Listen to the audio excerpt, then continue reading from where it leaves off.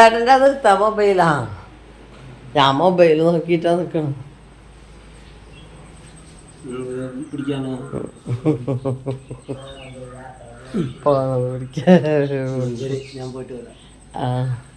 ഇനി എപ്പഴാ പോയിട്ട് വരാന്ന് പറയുമ്പോ 6 മണിക്കല്ലേ?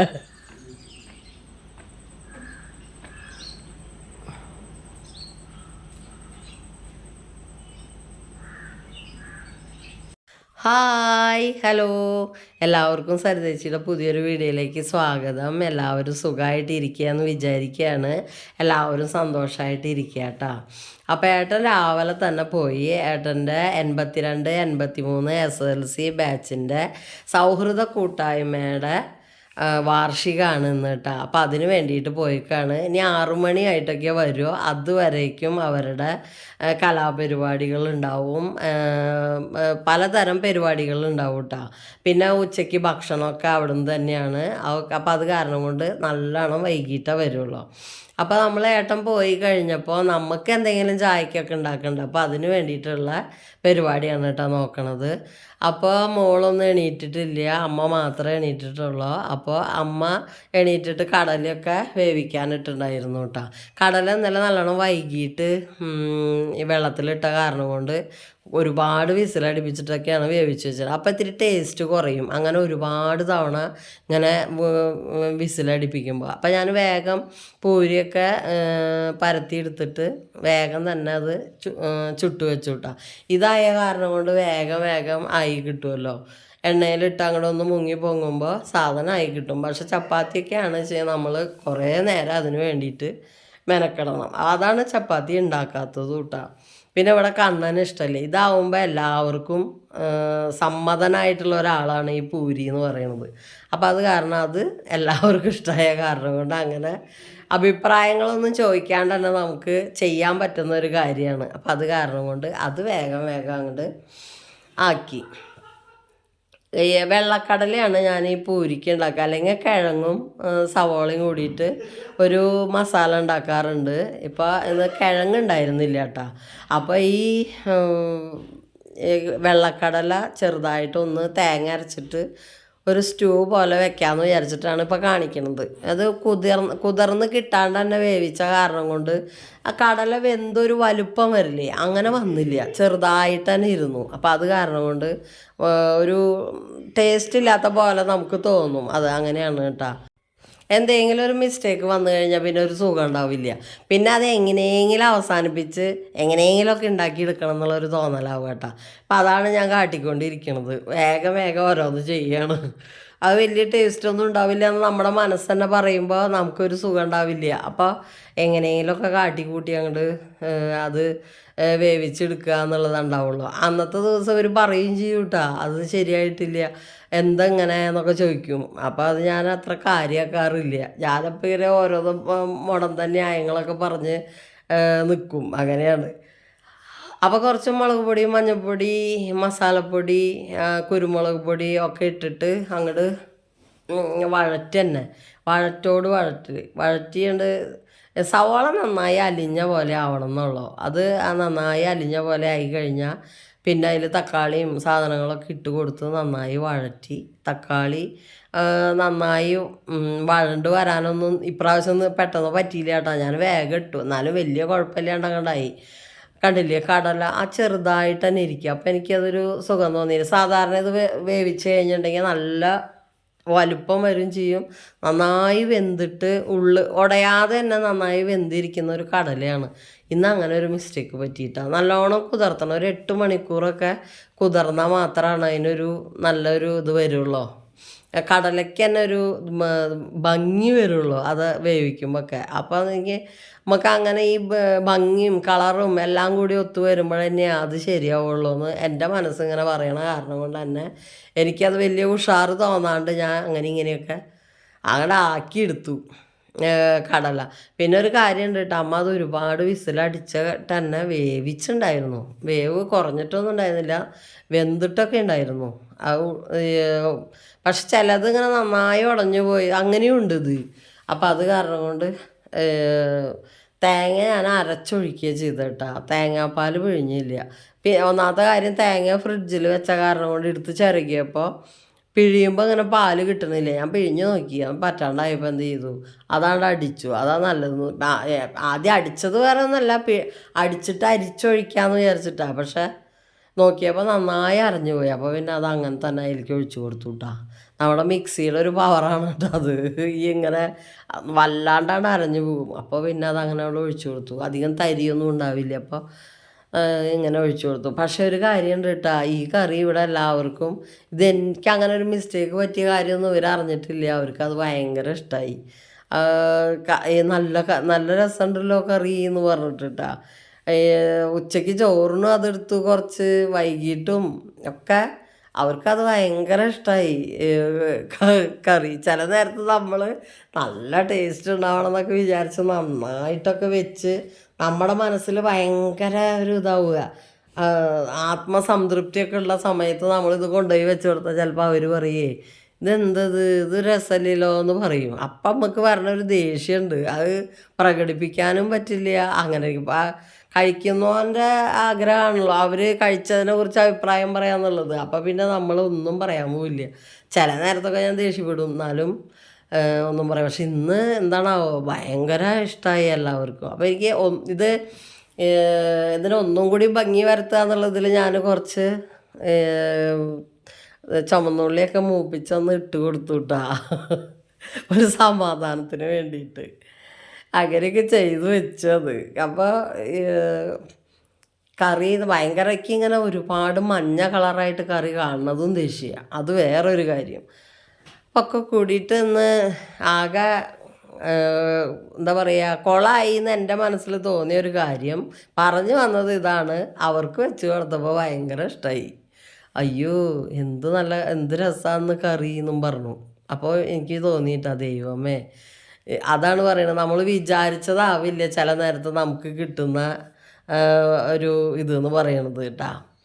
അപ്പോൾ തന്നെ ഇത് ചായ കഴിക്കാൻ വേണ്ടിയിട്ട് കൊണ്ടുവന്ന് വെച്ചതാണ്. നമ്മുടെ പൂരിയൊക്കെ കാത്തിരുന്ന് അമങ്ങി പോയിട്ടാ, ചുങ്ങിപ്പോയി. ഇവരൊക്കെ റെഡിയായി വരുമ്പോഴേക്കും എണീപ്പിച്ച് എല്ലാവരെയും ഇവിടെ കൊണ്ടുവന്നിരുത്തുമ്പോഴേക്കും പൂരി ഇങ്ങനെ ഉണങ്ങി ആകെ വാടിപ്പോയി. അണീട്ടി നേരത്തെ തന്നെ ഹാജരായിട്ടുണ്ട്. ഒരു സ്ഥലത്ത് വന്നിരുന്ന് കരഞ്ഞിട്ട് പാലൊക്കെ കുടി കഴിഞ്ഞാലും കുറച്ച് നേരം അവളെ കിടന്ന്, പിന്നെ നമ്മൾ ചായ കുടിക്കണ നേരത്ത് വന്നിരുന്ന് ഏട്ടമില്ലാത്ത കാരണം അവൾ ധൈര്യമായിട്ട് മേശപ്പുറത്ത് തന്നെ സ്ഥലം പിടിച്ചിട്ടുണ്ട്. നമ്മളൊന്നും പറയില്ലല്ലോ, അങ്ങനെ അവളെ അവിടെ ഇരുത്തും, വലിയ കുഴപ്പമൊന്നും ഇല്ലാണ്ട്. അപ്പോൾ ചായ കുടിയൊക്കെ കഴിഞ്ഞു. പിന്നെ ഉച്ചയായപ്പോൾ എന്ന് പറഞ്ഞു കഴിഞ്ഞാൽ തലേന്ന് ഞാൻ മീൻ വാങ്ങിയിട്ട് വെച്ചിട്ടുണ്ടായിരുന്നു. അപ്പോൾ ഈ അയില വറക്കുകയും ചെയ്തു, മത്തി കറി വയ്ക്കുകയും ചെയ്തു കേട്ടോ. രണ്ടിനും ഭയങ്കര വില കുറവല്ലേ ഇപ്പോൾ കിട്ടണത്. അപ്പോൾ 2 തരമൊക്കെ വാങ്ങും, വില കുറഞ്ഞ കാരണം കൊണ്ട് കിട്ടുക. അധികം വില കൂടിയാലൊന്നും ഞാൻ അങ്ങനെ വാങ്ങില്ല കേട്ടോ, അത് വേറെ വശം. അപ്പോൾ മത്തിക്കറിയും അയില വറുത്തതൊക്കെ കൂട്ടി ചോറുണ്ട്. ഏട്ടമില്ലാത്ത കാരണം കൊണ്ട് ഞങ്ങൾ മാത്രമാണ്. അപ്പോൾ അങ്ങനെ ചോറുണ്ടു. അത് കാരണം തിത്തിയൊക്കെ ഭയങ്കര സ്വതന്ത്രമായിട്ട് മേശയുടെ മുകളിലും അവിടെ ഇവിടെയൊക്കെ നടക്കണത് നിങ്ങൾക്ക് കാണാം. അപ്പോൾ ഏട്ടൻ പറയട്ടാ, ഞങ്ങൾ അവരെ ഇങ്ങനെ ശീലിപ്പിച്ചിട്ടാണ് അവരങ്ങനെ വരുന്നത്. പക്ഷെ വേറെ ആരെങ്കിലും പുറത്തേക്ക് വന്നിട്ടുണ്ടെങ്കിൽ അവറ്റെന്നെ ഇവിടെ കാണുകയില്ല, അവരവിടെ നിന്ന് മാറി നിൽക്കൂട്ടാ. അങ്ങനെ ഒരു നല്ല സ്വഭാവം അവർക്കുണ്ട്. ഇടയിൽ കയറി നടക്കുകയൊന്നുമില്ല. മോള് തന്നെ ചോറും ഉണ്ട് കഴിഞ്ഞിട്ട് അപ്പം തന്നെ ഇന്നലെ കൊള്ളി വറുത്തത് മേടിച്ചത് ഇന്നലെ തിന്ന് കഴിഞ്ഞില്ല. അപ്പം അത് ഇന്ന് എടുത്തിട്ട് തിന്നാനിരിക്കുന്നുണ്ട് കേട്ടാ. അപ്പോൾ അതിൻ്റെ ഇടയ്ക്ക് ഞങ്ങളവിടെ ഇരിക്കുമ്പോൾ ബാക്കിൽ നിന്ന് ഭയങ്കര മുരളിച്ചും ബഹളവും കാര്യങ്ങളൊക്കെ കേൾക്കുന്നുണ്ട് കേട്ടാ. ഇവർ കടി കൂടണതും അടി പിടിക്കണതൊക്കെ കേൾക്കാണ്ട്. അപ്പം ഞങ്ങൾ വിചാരിച്ചു ഇവർ കളിക്കുമെന്ന്. ചെന്ന് നോക്കിയപ്പോൾ കണ്ട ഒരു പാമ്പിനെ പിടിച്ചിട്ട് 3 ആളും കൂടി പിടിച്ചിട്ട് അതിൻ്റെ കഴുത്ത് കണ്ടിച്ചിട്ട് വേറൊരു സ്ഥലത്തിട്ടു.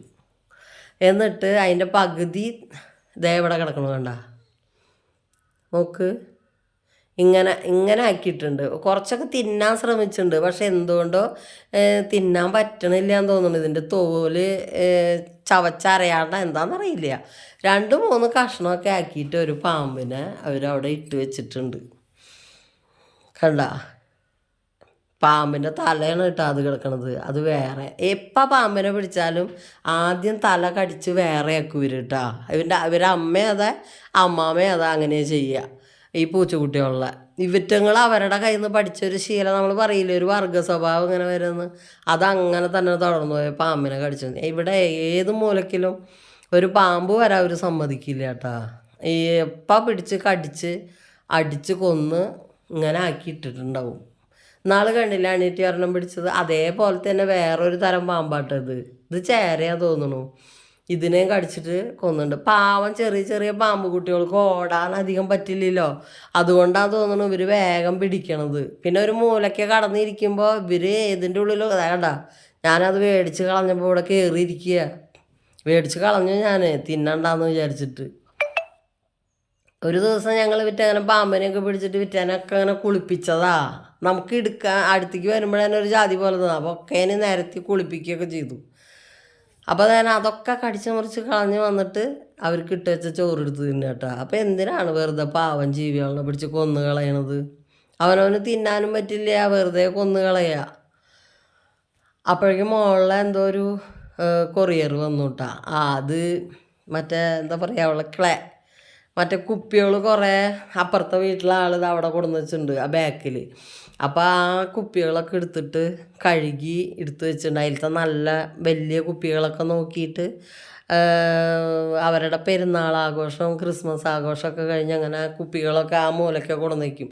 അവരുടെ തന്നെ പറമ്പ് തന്നെയത്. ആ മൂലയ്ക്ക് വയ്ക്കുമ്പോൾ അതിന്ന് മോള് ഓരോന്നൊക്കെ ഇങ്ങോട്ട് നല്ല ഭംഗിയുള്ള കുപ്പികളൊക്കെ ഇല്ലേ, അതൊക്കെ ഇങ്ങോട്ട് എടുക്കും. ലിക്കറിൻ്റെ കുപ്പികൾ എടുത്തിട്ട് അതും ഓരോന്ന് ചെയ്യാൻ വേണ്ടിയിട്ട് ക്ലേ വരത്തിച്ചതാട്ടോ. അപ്പോൾ അത് നോക്ക്, നല്ല ഇതിൽ നമുക്ക് കളറ് ചേർക്കണ്ട. മറ്റേ വെള്ള ക്ലേ ഒക്കെ ആണെങ്കിൽ നമ്മൾ അതിന്മേൽ പെയിൻ്റ് അടിച്ച് കൊടുക്കുകയൊക്കെ വേണ്ട. അത് വേണ്ട. എല്ലാത്തിനും വേറെ വേറെ കളറ്, പലതരം കളറുണ്ട്. ഇതിങ്ങനെ 3 പാക്ക് കൂടി ഒരു പാക്കിൽ അങ്ങനെ കോംബോ പാക്കാന്ന് തോന്നുന്നു. ഇത് കണ്ട, അതിൻ്റെ ഉള്ളിൽ അത് കട്ട് ചെയ്യാനും അതിന് മോൾഡ് ചെയ്യാനൊക്കെയുള്ള ഡിസൈൻ ചെയ്യാനൊക്കെയുള്ള ഓരോ ഉപകരണങ്ങളൊക്കെ അതിൽ തന്നെ ഉണ്ട്. അപ്പോൾ ഇതിന് 140 150 ആണ് കേട്ടോ വില. 151 രൂപ അങ്ങോട്ടാണ് വില. മീഷോന്ന് വാങ്ങിച്ചതാണ് കേട്ടോ. അപ്പോൾ അത് ഓർഡർ ചെയ്തിട്ട് എന്താ വരാത്തതെന്ന് പറഞ്ഞിട്ട് ഇരിക്കുകയായിരുന്നേ. അപ്പോൾ അത് വന്ന് കണ്ടപ്പോൾ ഭയങ്കര സന്തോഷമായി. എനിക്ക് ഭയങ്കര അത്ഭുതം.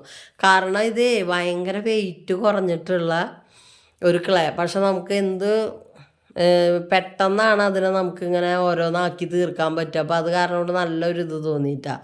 തീരെ വെയിറ്റും ഇല്ല. അങ്ങനെ എയർ ഡ്രൈ ക്ലേ എന്ന് അങ്ങോട്ടാണ് കേട്ടോ അതിൻ്റെ മുകളിൽ എഴുതി കൊടുക്കണത്.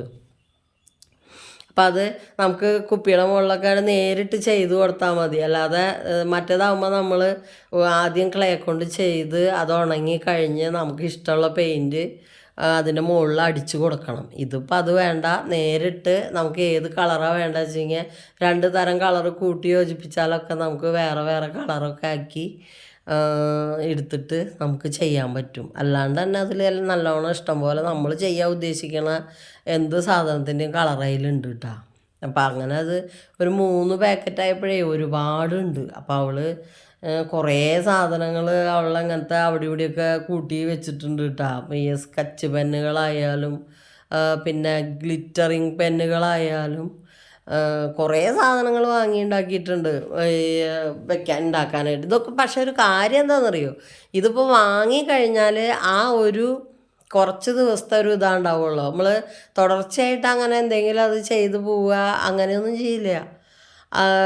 ഞാൻ പറയും, ഒരു ചെറിയ ചാനൽ തുടങ്ങിയിട്ട് അങ്ങനെ എന്തെങ്കിലുമൊക്കെ ഉണ്ടാക്കിയിട്ട് ക്രാഫ്റ്റ് വർക്കൊക്കെ ചെയ്തിട്ട് ഇടുകയെന്ന് പറഞ്ഞാൽ അത് കൂട്ടാക്കില്ലേ. ഇങ്ങനെ ഇരുന്നിട്ട് ഉണ്ടാക്കും കുറച്ച് ദിവസം കേട്ടോ. ഇതിപ്പോൾ വാങ്ങി ഇനി ഒരു 2-3 ദിവസം ഇതിൻ്റെ മുകളിൽ തന്നെ ആവുക. അത് കഴിഞ്ഞാൽ പിന്നെ ഇതവിടെ ഇരുന്ന് ആർക്കും വേണ്ടാണ്ട് അവിടെ ഇങ്ങനെ കൂട്ടി വെച്ചിട്ടുണ്ടാവും.